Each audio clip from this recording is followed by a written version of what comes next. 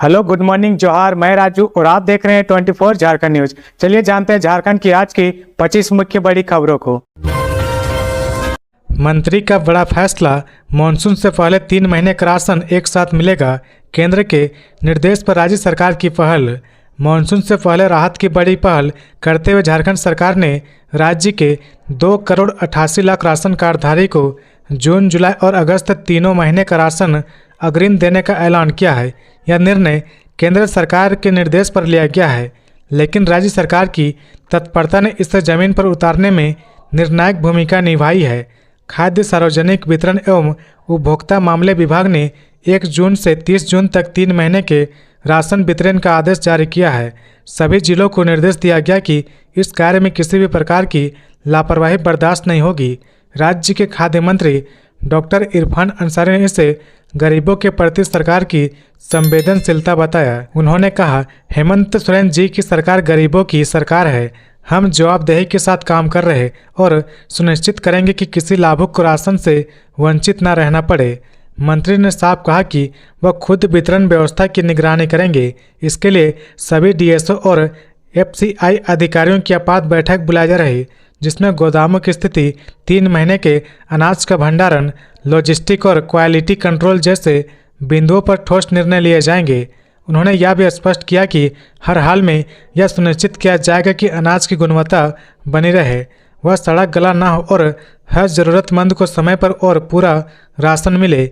विभाग ने आपूर्ति श्रृंखला को पहले से ही सक्रिय कर दिया है, ताकि आपदा या बाढ़ जैसी स्थिति में किसी गरीब को भूखा न रहना पड़े। मैया सम्मान योजना की 5,46,000 महिलाओं के नाम सूची से हटेंगे। अप्रैल मई की राशि नहीं भेजी जाएगी। मैया सम्मान योजना को लेकर एक बड़ी खबर सामने आ रही है। दैनिक भास्कर में छपी विनय चतुर्वेदी की रिपोर्ट के अनुसार 5,46,000 महिलाओं के नाम लाभुक की सूची से हटा दिए जाएंगे। कहा जा रहा है कि जो अपात्र महिलाएं हैं, उन लोगों ने अब तक जरूरी कागजात जमा नहीं किए हैं, न ही बैंक खाते के आधार कार्ड से लिंक होने की जानकारी दी है। इन्हें अप्रैल और मई की राशि नहीं भेजी जाएगी। इनमें से करीब 2 लाख लाभुक का डेटा मिसमैच है। उन्हें जनवरी से मार्च तक का भुगतान भी नहीं दिया गया है। झारखंड सरकार ने यह साफ कर दिया कि योजना की राशि केवल उन लाभुक को ही दी जाएगी जिनका बैंक खाता आधार कार्ड से लिंक है। अब तक करीब 51 लाख ऐसी महिलाएं की पहचान हुई है जिन्हें पात्र लाभुक माना गया है। विभाग इनकी जिलावार सूची बना रहा। इन 51 लाख महिलाओं को भुगतान के लिए अलॉटमेंट जारी होने वाला है। योजना की शुरुआत में लाभुक को 1,000 रुपये प्रतिमाह दिया जा रहा था। विधानसभा चुनाव के दौरान मुख्यमंत्री हेमंत सोरेन ने इसे बढ़ाकर 2,500 रुपये करने की घोषणा की थी।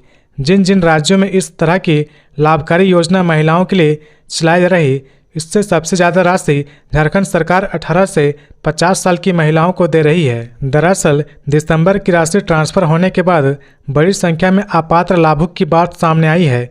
इसके बाद सभी जिलों में भौतिक सत्यापन हुआ। इसमें 43,85,000 लाभुक योग्य पाए गए। इनमें से 37,55,000 लाभुक के खाते ही आधार से लिंक थे। शेष 12,76,000 लाभुक को होल्ड कर रखा गया है। झारखंड में 45 असिस्टेंट जेलर और 1900 कक्षपालों की होगी नियुक्तियां। झारखंड के जेलों में स्टाफ की भारी कमी को देखते हुए राज्य सरकार ने बड़ी संख्या में नियुक्ति की तैयारी शुरू कर दी है। जानकारी के मुताबिक कारा विभाग जल्द ही 45 असिस्टेंट जेलर और 1900 कक्षपाल के पदों पर बहाली के लिए विज्ञापन जारी करेगा।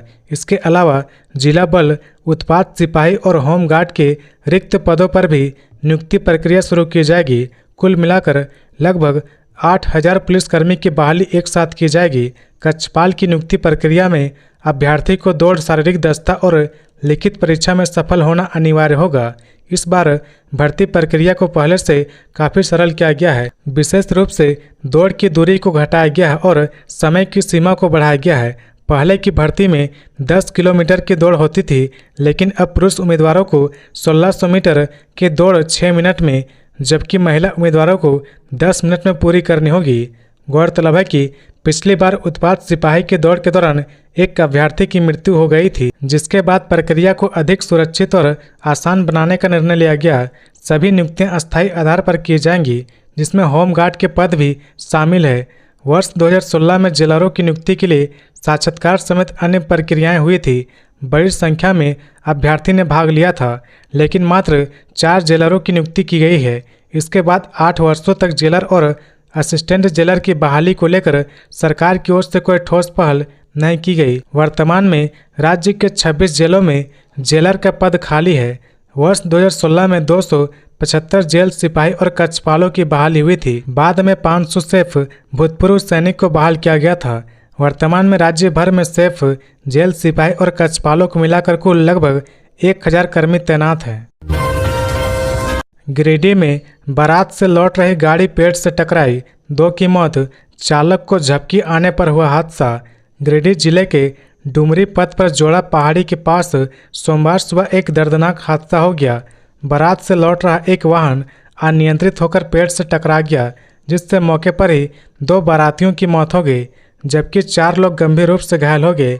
हादसे में जान गंवाने वाले की पहचान पीरटांड थाना क्षेत्र के कुम्हार लालो निवासी 36 वर्षीय संतोष कुमार वर्मा और मुसफिल थाना क्षेत्र के पालमो पंचायत निवासी विनोद दास के रूप में हुई है। घायलों में कुम्हार लालो के ही 44 वर्षीय खीरू वर्मा और 40 वर्षीय पप्पू वर्मा, 45 वर्षीय बबलू वर्मा, 40 वर्षीय प्रदीप वर्मा और 20 वर्षीय सोनू कुमार शामिल है। सभी घायलों को पहले सदर अस्पताल लाया गया, जहां डॉक्टरों ने संतोष वर्मा और विनोद दास को मृत घोषित कर दिया, जबकि 4 घायलों की स्थिति गंभीर होने पर उन्हें बड़ी चिकित्सक सुविधा के लिए रेफर किया गया। बताया जा रहा है कि रविवार को कुम्हार लालो से बारात बेल्डी गई थी। सोमवार तड़के करीब 4 बजे लौटते समय ड्राइवर को झपकी लगने के कारण गाड़ी अनियंत्रित हो गई और सड़क किनारे पेड़ से जा टकराई।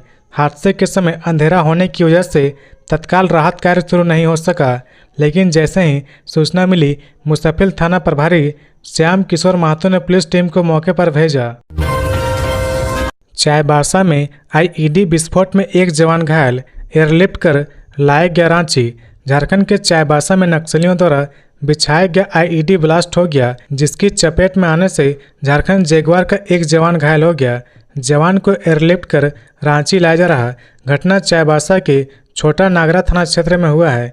जानकारी के अनुसार इनामी माओवादी अनल के दस्ते की तलाश में झारखंड जगुआर और कोबरा बटालियन सर्च अभियान पर निकली थी।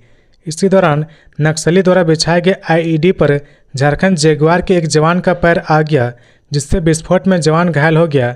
घायल जवान को बेहतर इलाज के लिए हेलीकॉप्टर से रांची भेजा गया है। घटना की जानकारी के अनुसार सर्च ऑपरेशन के दौरान जवान बिहार के जंगल में सर्च ऑपरेशन चला रहे थे, तभी नक्सली द्वारा लगाए गए आईईडी में विस्फोटक हो गया। विस्फोट में झारखंड जगुआर का एक जवान घायल हो गया, जिसका प्राथमिक उपचार किया गया, जिसकी सूचना वरीय अधिकारी को दे दी गई और उनके निर्देशानुसार जवान को बेहतर इलाज के लिए हेलीकॉप्टर से रांची भेजा गया है। हाई टेंशन तार की चपेट में आई बाराती बस, 2 की मौत, कई लोग घायल। देवघर जिले से सटे बिहार के बांका जिले में बारात से लौट रहे लोगों से भरी बस हाई टेंशन तार के करंट की चपेट में आ गई, जिससे कई लोग घायल हो गए। बांका जिले के गिद्दी डैम के पास बस में करीब 40 बाराती मौजूद थे। हाई टेंशन तार के बस से छू जाने के कारण अचानक पूरी बस में करंट दौड़ने लगा, जिससे बस के ऊपर बैठे कई लोग घायल हो गए। घटना के संबंध में घायलों ने बताया कि बांका में बारात में शामिल होने के बाद सभी लोग वापस लौट रहे थे। इसी दौरान देवघर मोहनपुर मार्ग पर चिरैया मोड़ के पास एक दुखद घटना घटी, जिसमें कई लोग झुलस गए। घटना के तुरंत बाद स्थानीय लोगों ने सभी घायलों को देवघर सदर अस्पताल पहुंचाया। बिहार के बांका जिले के जयपुर थाना प्रभारी ने घटना में 2 लोगों की मौत की पुष्टि की है। वहीं जो लोग गंभीर रूप से घायल हुए हैं, उन्हें बेहतर इलाज के लिए देवघर के सदर अस्पताल लाया गया, जहां इमरजेंसी में डॉक्टर लगातार उनका इलाज कर रहे हैं। आपको बता दें कि यह घटना बांका जिले में हुई है, लेकिन देवघर से सटे होने के कारण सभी को इलाज के लिए देवघर के सदर अस्पताल में भर्ती कराया गया है। झारखंड के 8 जिलों में आंधी बारिश की चेतावनी, 5 जिलों में लू का खतरा, 4 दिनों में तापमान 4 डिग्री तक उछलेगा। झारखंड में इन दिनों मौसम का मिजाज तेजी से बदल रहा।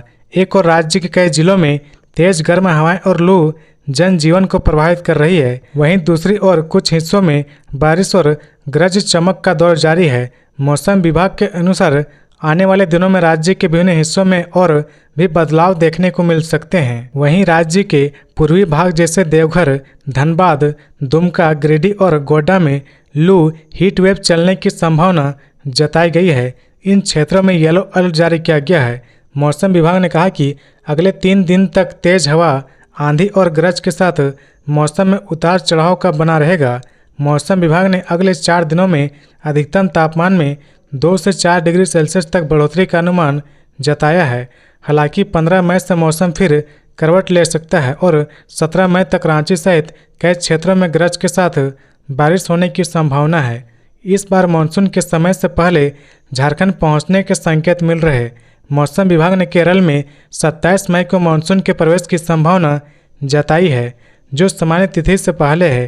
केरल में मानसून आने के 15 दिन के भीतर झारखंड में भी मानसून प्रवेश कर सकता है। ऐसे में 10 जून के बाद मानसून झारखंड पहुंच सकता है और 20 जून तक पूरे राज्य को कवर कर सकता है। मुख्यमंत्री हेमंत सोरेन ने पत्नी कल्पना सोरेन संग नए सीएम आवास की रखी आधारशिला। मुख्यमंत्री हेमंत सोरेन ने सोमवार को मुख्यमंत्री आवासीय परिसर में नए मुख्यमंत्री आवास के निर्माण के लिए विधिवत पूजा अर्चना कर आधारशिला रखी। इस मौके पर उनके साथ उनकी धर्मपत्नी और गांडे की विधायक कल्पना सोरेन भी उपस्थित थी। पूजन कार्यक्रम पारंपरिक विधि विधान के साथ संपन्न हुआ, जिसमें मुख्यमंत्री दंपति ने भवन निर्माण की शुभ शुरुआत के लिए आशीर्वाद प्राप्त किया। नया आवास सरकार की कार्यप्रणाली और सुरक्षा मानकों को ध्यान में रखते हुए आधुनिक स्वरूप में तैयार किया जाएगा। मैया समान योजना में गड़बड़ी को लेकर सरकार सख्त, इन महिलाओं को लौटानी होगी राशि। मुख्यमंत्री मैया समान योजना में गड़बड़ी करने वालों के खिलाफ हेमंत सरकार ने सख्त कदम उठाया है। जानकारी के अनुसार गलत तरीके से मैया समान का लाभ लेने वाली महिलाओं को अब पूरी राशि वापस लौटानी होगी। इसे लेकर कई लोगों को नोटिस जारी किया गया है। इनमें से वार्ड सदस्य से लेकर कई अन्य लाभार्थी भी शामिल है। राज्य सरकार ने इन्हें योजना की राशि लौटाने के लिए 2 दिनों का समय दिया है। सरकार ने यह सख्त कदम योजना की पारदर्शिता को बढ़ाने और सही लोगों तक योजना का लाभ पहुंचाने के लिए उठाया है। इस संबंध में बताया गया कि हाल ही में मैया समान योजना को लेकर कई गड़बड़ियां शिकायतें आई है, जिसके बाद मामले की जांच की गई। इसे लेकर जमशेदपुर में वार्ड सदस्यों और उनके परिवार के खिलाफ फर्जीवाड़े का आरोप लगाया गया है। इस दौरान जानकारी मिली कि कुछ महिलाएं गलत दस्तावेज बनाकर योजना का लाभ ले रही। कई अपात्र महिलाएं भी योजना का लाभ उठा रही। इसमें सरकारी कर्मचारी के परिवार और आर्थिक रूप से संपन्न परिवार की महिलाएं के नाम भी शामिल है। जांच में सरकार ने ऐसी 876 फर्जी लाभार्थी को चिन्हित किया है। साहेबगंज की जिलबिया घाटी में सड़क हादसा, ऑटो पलटने से महिला की मौत, 10 लोग गंभीर रूप से घायल। साहेबगंज जिले के जिरवाबाड़ी थाना क्षेत्र के जिलबिया घाटी के बजरंगबली मंदिर के पास यात्रियों से भरी ऑटो अनियंत्रित होकर पलट गया। हादसे में एक महिला की मौत हो गई और एक बालक सहित 10 लोग गंभीर रूप से घायल हो गए। वहीं दुर्घटना के बाद मौके से ऑटो चालक संजू बस्की फरार हो गया। वहीं घटना की सूचना मिलते ही जिरवाबाड़ी थाना पुलिस घटनास्थल पर पहुंची और अनन फनन में दुर्घटना में घायल लोगों को वाहन से इलाज के लिए सदर अस्पताल भेजा गया। साथ ही मृत महिला के शव को कब्जे में लेकर पोस्टमार्टम के लिए साहिबगंज सदर अस्पताल भेज दिया गया। इस संबंध में घायल चुनचुन मुर्मू और मेरी मुर्मू ने बताया कि हम लोग गांव के ही ऑटो चालक संजू बस्की के ऑटो से बोरियो से साहिबगंज के महादेवगंज स्थित खेत में काम करने के लिए जा रहे थे। इसी दौरान जिलबिया घाटी से उतरने के दौरान ऑटो का ब्रेक फेल हो गया और ऑटो अनियंत्रित होकर पलट गया। दुर्घटना में एक महिला की मौके पर ही मौत हो गई, जबकि 10 लोग गंभीर रूप से घायल हो गए। जमीन घोटाला मामले में वकील की पत्नी से पूछताछ करेगी ईडी, भेजा समन। प्रवर्तन निदेशालय ने बोकारो में सामने आए जमीन घोटाले की जांच में तेजी लाते हुए बोकारो के वकील रंजन कुमार मिश्रा की पत्नी को समन जारी किया है। यह कार्रवाई उस समय की गई जब ईडी को जांच के दौरान 133 एकड़ जमीन पर किए गए दावों में इस्तेमाल दस्तावेज फर्जी पाए गए। ईडी की जांच में सामने आया कि इजहार हुसैन और अख्तर हुसैन द्वारा इस जमीन पर दावा करते हुए यह कहा गया था कि उनके पूर्वजों ने ब्रिटिश काल में ही इस जमीन को नीलामी में खरीदा था, लेकिन जांच में जिन दस्तावेजों के आधार पर यह दावा किया गया वे न केवल जाली पाए गए बल्कि वर्ष 1933 में जारी कथित डीड संख्या 191 भी फर्जी निकली। अब तक इस विवादित जमीन में से 74 एकड़ से अधिक हिस्से की बिक्री की जा चुकी है। ईडी ने इस घोटाले से जुड़ी लेन देन और फंडिंग चेन की जांच के दौरान कई स्थानों पर छापेमारी की, जिसमें बांका जिले में वीर अग्रवाल के ठिकाने से 1.30 करोड़ रुपए बरामद किए गए। साथ ही राजवीर कंस्ट्रक्शन के निदेशक द्वारा जमीन खरीद के लिए फंड मुहैया कराए जाने की पुष्टि की गई है। 2018 से नियुक्ति का इंतजार कर रहे चालक अभ्यर्थी ने सीएम से लगाई गुहार।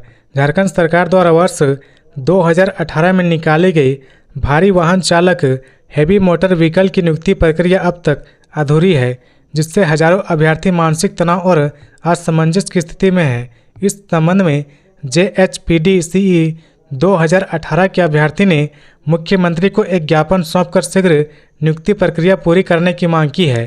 ज्ञापन में बताया गया कि झारखंड कर्मचारी चयन आयोग द्वारा 2018 में यह विज्ञापन निकाला गया था और 2019 में विभिन्न चरणों की परीक्षाएं भी संपन्न हुई, लेकिन मेडिकल, ड्राइविंग टेस्ट और फाइनल मेरिट लिस्ट के बाद भी अब तक नियुक्ति पत्र जारी नहीं किया गया है। अभ्यर्थियों का कहना है कि वे पिछले 6 वर्षों से प्रतीक्षा कर रहे हैं और उनकी आयु एवं आर्थिक स्थिति पर इसका विपरीत असर पड़ा।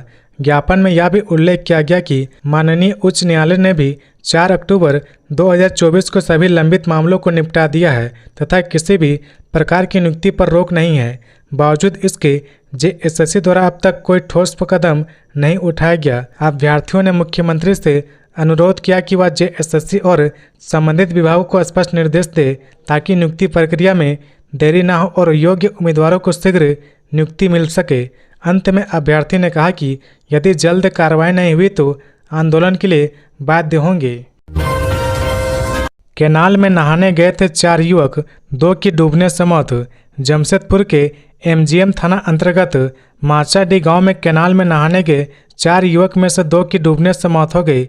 मृतक की पहचान गौरव कुमार और अभिषेक सिंह के रूप में हुई है। घटना रविवार शाम की है। मिली जानकारी के अनुसार दोनों मूल रूप से उत्तर प्रदेश के बरेली के रहने वाले थे और जमशेदपुर के सोनारी में किराए के एक मकान में रहकर बांस की टोकरी आदि बनाने का काम करते थे। रविवार दोपहर 4 युवक नहाने के लिए केनाल गए थे।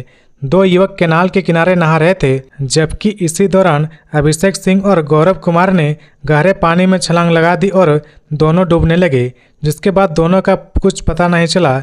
जब MGM थाना को घटना के बारे में जानकारी मिली तो स्थानीय गोताखोरों की मदद से दूसरे दिन यानी सोमवार की सुबह शव बरामद किया गया, जिसके बाद दोनों शव को MGM अस्पताल पोस्टमार्टम के लिए भेज दिया गया।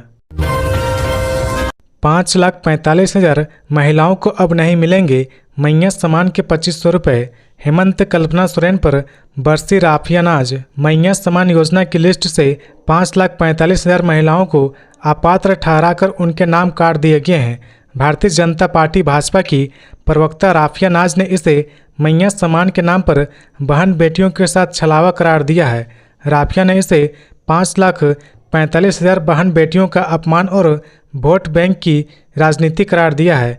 5,45,000 महिलाओं को मैया सम्मान योजना के लिए अपात्र ठहराने पर गहरी नाराजगी जताते हुए राफिया नाज ने कहा कि यह निर्णय हेमंत सोरेन सरकार की दोहरी नीति और वोट बैंक राजनीति का स्पष्ट प्रमाण है। उन्होंने कहा कि पहले इन गरीब बहन बेटियों को योजना में शामिल करके वोट बटोरे और अब चुनाव खत्म होने के बाद जब सरकार में आए तो उन्हीं बहन बेटियों को अपात्र बताकर अपमानित किया जा रहा। भाजपा प्रवक्ता राफिया नाज ने पूछा कि क्या यह एक राजनीतिक षड्यंत्र नहीं जिसमें हेमंत सोरेन सरकार ने इन गरीब बहन बेटियों को सिर्फ वोट बैंक की भेंट चढ़ा दिया, चुनाव के बाद इन्हें अपात्र घोषित करके उनका अपमान किया। राफिया ने चेतावनी दी कि यदि एक भी बहन बेटी से मैया सम्मान के पैसे की वसूली की गई तो भारतीय जनता पार्टी उनके साथ खड़ी होगी। इन बहन बेटियों का अपमान भाजपा कतई बर्दाश्त नहीं करेगी। तेज रफ्तार बाइकर्स ने मारी टक्कर। राष्ट्रपति पुरस्कार से सम्मानित हेडमास्टर सहित 3 घायल। जामताड़ा के स्टेशन रोड पर सोमवार की सुबह तेज रफ्तार बाइकर्स की लापरवाही का खामियाजा राष्ट्रपति पुरस्कार से सम्मानित जेबीसी स्कूल के हेडमास्टर सुशील मरांडी को भुगतना पड़ा। स्कूल के सामने सब्जी खरीदते समय उन्हें एक बेकाबू बाइक ने जोरदार टक्कर मार दी, जिससे वे बुरी तरह घायल हो गए। टक्कर इतनी तेज थी कि हेडमास्टर दूर जाकर गिरे और बाइक सवार दोनों युवक भी जमीन पर जा गिरे। हादसे में 3 लोग घायल हैं, जिनमें 2 की स्थिति गंभीर बनी हुई है। घायलों में शामिल सुशील मरांडी और एक युवक को तुरंत सदर अस्पताल भेजा गया, जबकि तीसरे घायल को पुलिस की गश्ती गाड़ी से इलाज के लिए ले जाया गया। दुर्घटना स्थल पर पहुंचकर सदर थाना प्रभारी राजेश मंडल ने मौके से बाइक को जब्त कर लिया। स्थानीय लोगों ने बताया कि जेबीसी स्कूल के सामने दोनों ओर सब्जी और मछली बाजार लगने के कारण यह इलाका हमेशा भीड़ भाड़ वाला रहता है। इसके बावजूद तेज रफ्तार बाइकर्स खासकर किशोर लापरवाही से बाइक चलाते हैं। जेपीएससी सिविल सेवा मुख्य परीक्षा का रिजल्ट पेंडिंग रहने पर सियासत गर्म। बीजेपी ने राज्य सरकार पर साधा निशाना। 11वीं से 13वीं सिविल सेवा का मुख्य परीक्षा का रिजल्ट अधर में लटका है। अब तक रिजल्ट घोषित नहीं होने के पीछे आयोग में अध्यक्ष का नहीं होना बताया जा रहा था, लेकिन नए अध्यक्ष की नियुक्ति के करीब 3 महीने बीत जाने के बावजूद अब तक आयोग रिजल्ट घोषित नहीं कर सका है। आपको बता दें कि 27 फरवरी को राज्य के मुख्य सचिव रहे एल खियांगते को झारखंड लोक सेवा आयोग का अध्यक्ष नियुक्त किया गया था, जिसके बाद से उम्मीद की जा रही थी कि अब सभी बाधा समाप्त हो चुकी है। इधर आयोग द्वारा रिजल्ट नहीं जारी किए जाने पर सियासत शुरू हो गई है। बीजेपी प्रवक्ता अजय शाह ने आयोग और सरकार की कार्यशैली पर सवाल खड़ा करते हुए कहा कि कोई न कोई बहाना बनाकर पिछले 10 महीनों से रिजल्ट को लटका कर रखा गया है। हमारे राज्य के लोग यूरोप जा रहे हैं, तेलंगाना जा रहे हैं, क्यों नहीं पड़ोसी राज्य पश्चिम बंगाल, बिहार, मध्य प्रदेश जाते हैं। वो वहां जाए और देखे कैसे समयबद्ध तरीके से रिजल्ट निकाले जाते हैं। झारखंड में पीएम आवास योजना के तहत 20 लाख से अधिक आवास बनाने का लक्ष्य 15 मई तक बढ़ी सर्वे तिथि। केंद्र सरकार की लाभकारी योजना में शामिल प्रधानमंत्री आवास योजना ग्रामीण के तहत राज्य में 2 फेज मिलाकर लगभग 20 लाख से अधिक आवास बनाने का लक्ष्य रखा गया है। जानकारी के अनुसार पहले चरण में 5,28,350 आवासों के निर्माण की स्वीकृति दी गई थी।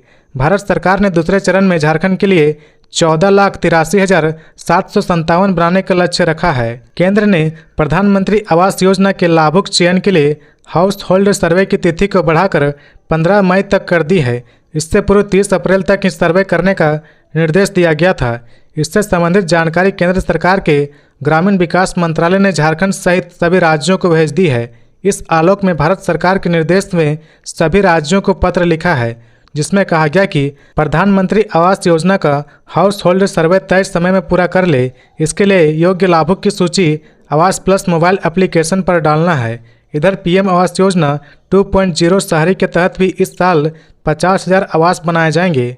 जानकारी के मुताबिक पीएम आवास योजना शहरी 2.0 योजना के अंतर्गत अगले 5 साल में झारखंड में 5 लाख आवास बनाए जाएंगे। इसमें हर साल 50,000 आवास बनाए जाएंगे। रंगदारी के लिए दुकानदार को मारी थी गोली, 3 अपराधी गिरफ्तार, मुख्य साजिशकर्ता अब भी फरार। सरायकेला के कांड्रा थाना क्षेत्र अंतर्गत कांड्रा मोड़ के पास स्थित दुकानदार चितरंजन मंडल पर अपराधियों द्वारा रंगदारी की नीयत से फायरिंग की गई थी, जिसका सरायकेला पुलिस ने खुलासा कर लिया है। इस घटना में पुलिस ने 3 अपराधियों को गिरफ्तार किया है। इनके पास से फायरिंग घटना में प्रयुक्त एक पिस्तौल समेत 8 जिंदा गोली बरामद की है। घटना के संबंध में सरायकेला एसडीपीओ समीर सवैया ने बताया कि विगत 8 मई की रात तकरीबन 8:45 बजे बाइक सवार अपराधियों ने मंडल स्टोर के मालिक चितरंजन मंडल पर फायरिंग की थी, जिसमें चितरंजन मंडल गंभीर रूप से जख्मी हुए थे। उन्हें इलाज के लिए टीएमएस में भर्ती कराया गया था। घटना के बाद पुलिस द्वारा एसआईटी स्पेशल इन्वेस्टिगेशन टीम गठन कर अपराधियों की गिरफ्तारी को लेकर अभियान चलाया गया, जिसमें पुलिस को सफलता हासिल हुई।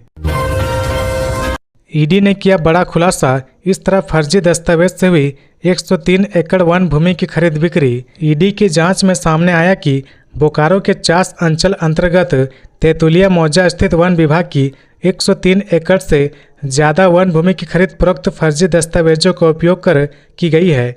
इस दौरान बोकारो वन प्रमंडल पदाधिकारी की रिपोर्ट की जांच की गई है, जिसमें ईडी ने बोकारो डीएफओ की रिपोर्ट को सही पाया है। जानकारी के अनुसार ईडी को जांच में जानकारी मिली कि तेतुलिया मौजा की जमीन के लिए बनाए गए वॉल्यूम में पेज नंबर 60 से 75 तक फटा हुआ था, लेकिन इस मामले में जवाबदेही पदाधिकारी ने कोई कार्रवाई नहीं की।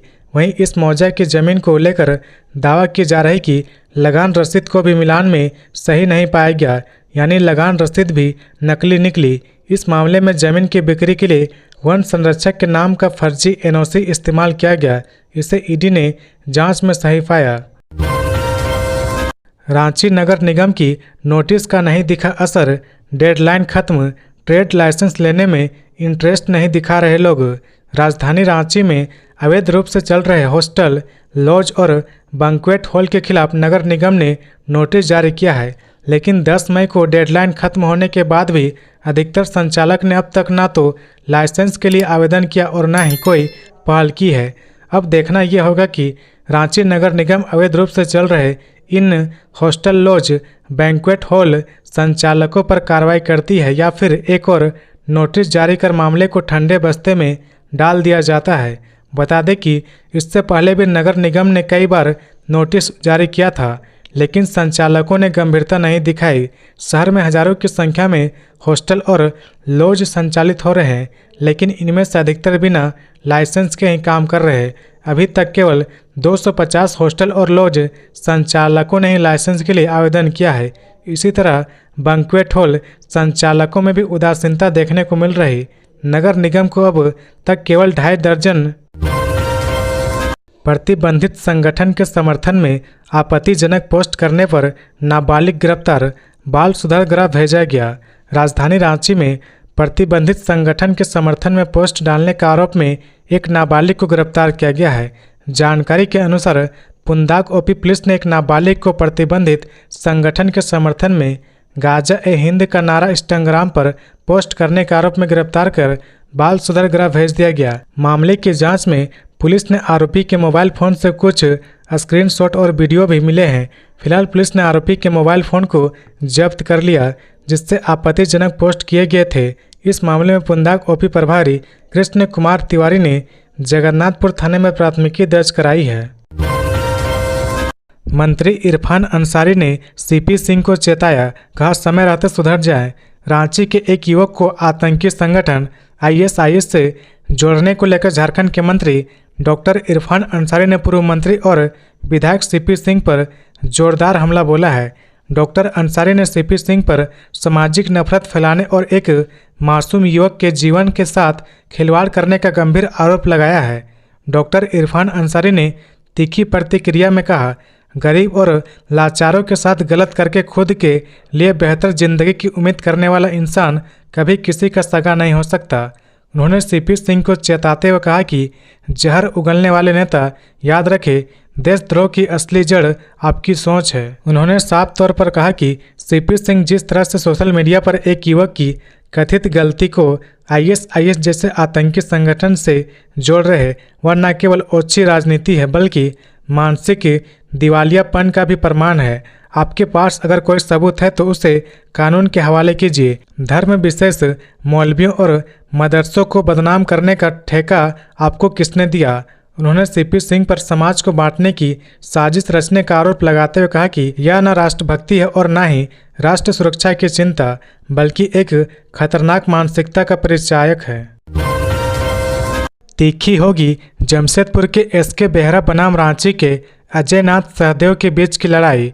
अमिताभ चौधरी के निधन के बाद Jharkhand state cricket association JSCA का पहला चुनाव होने जा रहा। 18 मई को जेएससीए को नया अध्यक्ष मिल जाएगा। चुनाव के चेहरे सामने आ गए हैं।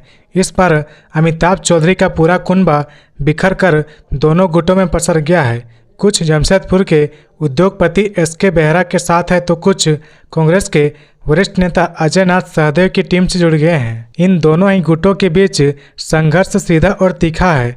दोनों गुटों की अपनी अपनी मजबूती और कमजोरी है। अजय नाथ सहदेव खुद अध्यक्ष तो भारतीय क्रिकेट टीम के लिए खेलने वाले सौरभ तिवारी सचिव पद के उम्मीदवार है। दूसरी ओर अध्यक्ष पद के उम्मीदवार एसके बेहरा की टीम में खूंटी के एसपी सिंह सचिव पद के प्रत्याशी हैं। तो ये थी आज की झारखंड की टॉप बड़ी खबरें। इसी तरह झारखंड की हर छोटी सी बड़ी खबर देखने के लिए आप हमारे चैनल 24 झारखंड न्यूज को सब्सक्राइब करके बेल आइकन प्रेस कर ले, जिससे झारखंड की हर छोटी सी बड़ी खबर की अपडेट आप तक पहुंचता रहे। तो आज के लिए बस इतना ही, हमें दीजिए इजाजत, फिर मिलते हैं नेक्स्ट न्यूज में।